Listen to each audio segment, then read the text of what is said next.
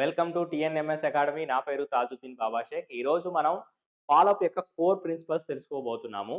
Network marketing బిజినెస్‌లో ఉన్న అతి ముఖ్యమైన స్కిల్స్‌లో ఒక స్కిల్ ఫాలోఅప్.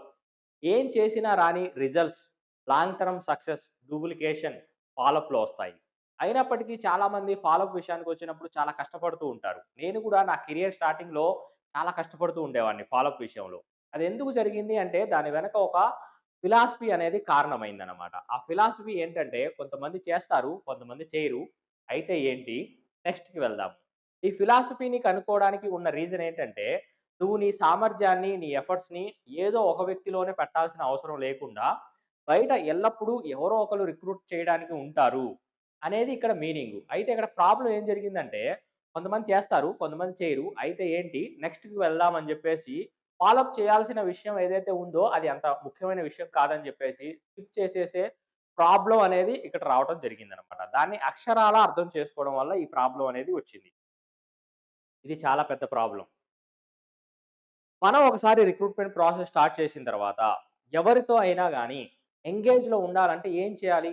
ఫాలోఅప్ చేయాలి. దానికోసం మనం ఏం చేయాలి? ఎక్స్‌పోజర్స్‌ని వాడుకోవాలి. ఇక్కడ ఎక్స్‌పోజర్స్ మనం కలిగి ఉండటానికి కారణం ఏంటి? నెక్స్ట్ ఎక్స్‌పోజర్‌ని షెడ్యూల్ చేయడం కోసం. ఎక్స్‌పోజర్స్ అంటే ఏంటి? వన్ ఆన్ వన్ మీటింగ్ అవ్వచ్చు. మీరు మీ గెస్ట్ ఒక కాఫీ షాప్‌లో కలవడం. టూ ఆన్ వన్ మీటింగ్ అవ్వచ్చు. మీరు, మీ సీనియరు, మీ గెస్టు ఒక జ్యూస్ షాప్‌లో గాని, ఒక రెస్టారెంట్‌లో కలవటం అవ్వచ్చు. ఒక ప్రొడక్ట్ బ్రోచర్ గురించి ఎక్స్‌ప్లెయిన్ చేయడానికి కలవటం అవ్వచ్చు. ఒక ప్రొడక్ట్ శాంపిల్ ఇచ్చి దాన్ని యూజ్ చేయమని చెప్పడానికి కలవటం అవ్వచ్చు. ఒక హోమ్ మీటింగ్ అవ్వచ్చు. ఒక హోటల్ ఈవెంట్ అవ్వచ్చు. ఒక జూమ్ మీటింగ్ అవ్వచ్చు. ఒక ఆడియో మెసేజ్ అవ్వచ్చు. ఒక వీడియో లింక్ అవ్వచ్చు.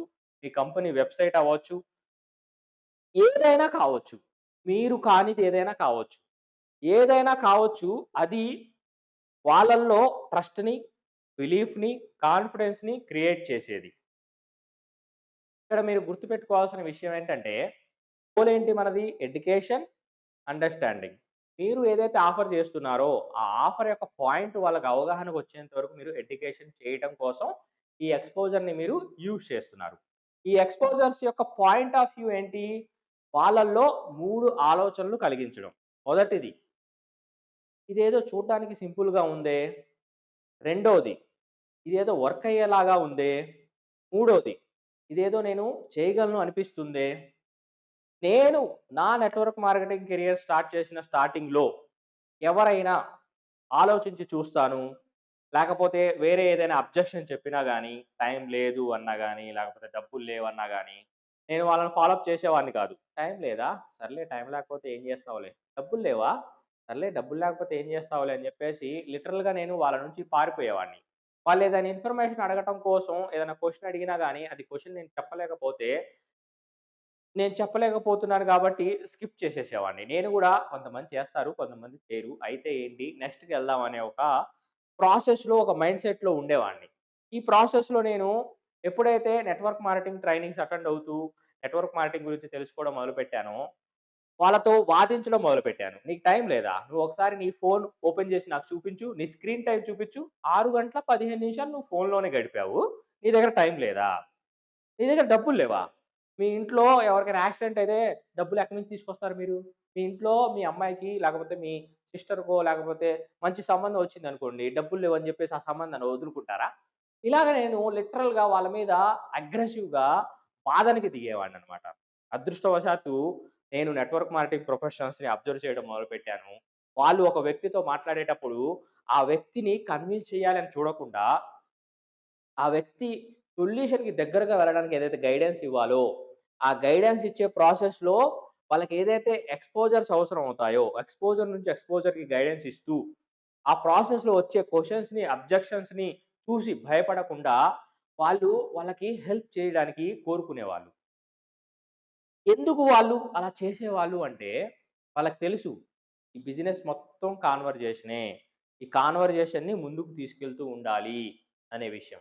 ఇది కూడా గుర్తుపెట్టుకోండి. మీరు మీ ప్రాస్పెక్ట్‌తో కాన్వర్జేషన్‌ని ముందుకు తీసుకెళ్ళడానికి ఎక్స్‌పోజర్స్‌ని వాడుకుంటూ ఒక క్రియేటివ్ వేలో మీరు మీ ఆపర్చునిటీని వాళ్ళకి అండర్‌స్టాండ్ అయ్యే విధంగా ఎడ్యుకేషన్ ఇవ్వాలి అనేది. ఇక్కడ కోర్ ప్రిన్సిపల్స్ ఏంటి?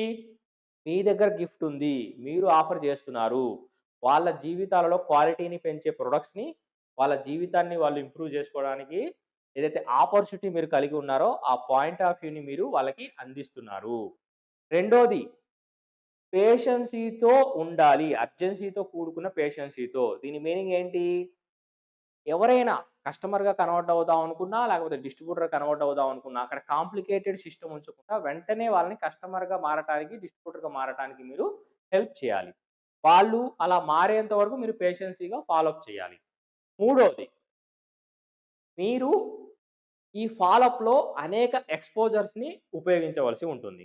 4-6 ఎక్స్‌పోజర్‌లు అవసరమవుతాయి. ఒక యావరేజ్ ప్రాస్పెక్ట్ నిర్ణయానికి రావటానికి. మీరు నిరుత్సాహంతో, నిరాశతో ఉండొద్దు. ఏదో ఒక వ్యక్తి యొక్క సామర్థ్యంలో మీరు పడిపోయి, ఆ వ్యక్తి వస్తే నా ఆర్గనైజేషన్ మారిపోతది. ఆ వ్యక్తి చాలా టాలెంటెడ్ అని జెప్పేసి ఒకళ్ళ దగ్గరే ఉండొద్దు. ఎక్కువ మందితో మాట్లాడుతూ ఉండండి మీరు. మీ బిలీఫ్‌ని ఏదైతే మీరు బిలీఫ్ కలిగి ఉన్నారో మీ ప్రొడక్ట్‌లో, మీ కంపెనీలో, మీ టీమ్‌లో, మీ ప్రాస్పెక్ట్స్‌లో దాన్ని షోకేస్ చేయండి. మీకేదో అవసరం ఉంది అన్న పోస్చర్ చూపించకుండా, భుజాలను వెనక్కి పెట్టి, ఛాతీని ముందుకు నెట్టి, తలని పైకెత్తి, ఎక్కువ మందితో మీరు కాన్వర్జేషన్స్ జరపండి. మీరు ఎన్ని కాన్వర్జేషన్స్ జరుపుతారో, మీ పోస్చర్ అంత డెవలప్ అవుతుంది.